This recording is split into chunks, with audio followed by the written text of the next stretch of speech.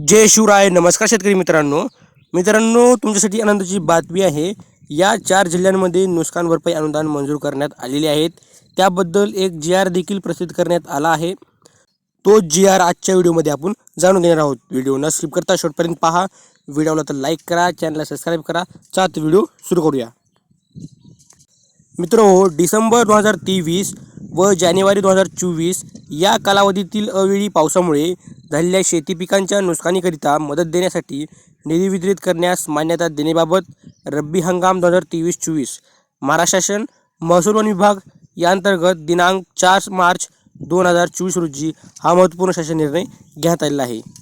अतिवृष्टी, पूर व चक्रीवादळ यासारख्या नैसर्गिक आपत्तीमुळे शेती पिकांचे नुकसान झाल्यास पुढील हंगामामध्ये उपयोगी पडावे याकरिता शेतकऱ्यांना निविष्ट अनुदान इनपुट सबसिडी स्वरूपात एका हंगामात एके वेळेस याप्रमाणे राज्य आपत्ती प्रतिसाद निधीमधून विहित दराने मदत देण्यात येते. तसेच राज्य आपत्ती प्रतिसाद निधीच्या इतर मान्य बाबींकरिता देखील विहित दराने मदत देण्यात येते. शासन निर्णय महसूल वन विभाग यांतर्गत दिनांक 27/3/2023 अन्वये राज्य आपत्ती प्रतिसाद निधीचे निकष व दर विहित करण्यात आले आहेत. तथापि संदर्भ क्रमांक 4 येथील दिनांक 1/1/2024 च्या शासन निर्णयानुसार नोव्हेंबर 2023 मधील अवेळी पाऊस व गारपीट यामुळे झालेल्या व त्यापुढील कालावधीसाठी अवेळी पाऊस व गारपीट व इतर नैसर्गिक आपत्तीमुळे होणाऱ्या शेती पिकांच्या नुकसानीकरिता सुधारित दराने 2 ऐवजी 3 हेक्टरच्या मर्यादेत मदत करण्यात येणार आहे. डिसेंबर 2023 व जानेवारी 2024 या महिन्यात अवेळी पावसामुळे झालेल्या शेती पिकांच्या नुकसानीसाठी विभागीय आयुक्त नागपूर व नाशिक यांच्याकडून दिनांक 31/1/2024 व 7/2/2024 दिनांक 2/2/2024 व 20/2/2024 च्या पत्रान्वये निधी मागणीचे प्रस्ताव शासनास प्राप्त झाले आहेत. व त्याचमुळे मित्रांनो, शासन निर्णयानुसार डिसेंबर 2023 व जानेवारी 2024 या कालावधीत राज्यात अवेळी पावसामुळे झालेल्या शेती पिकांच्या नुकसानीसाठी शेतकऱ्यांना मदत देण्याकरिता राज्य शासनाच्या निधीमधून संदर्भदिन क्रमांक 4 येथील शासन निर्णयान्वये निश्चित केलेल्या दरानुसार एकूण निधी ₹24,67,37,37,000 इतका निधी वितरित करण्यास शासनाची मान्यता देण्यात आलेली आहे.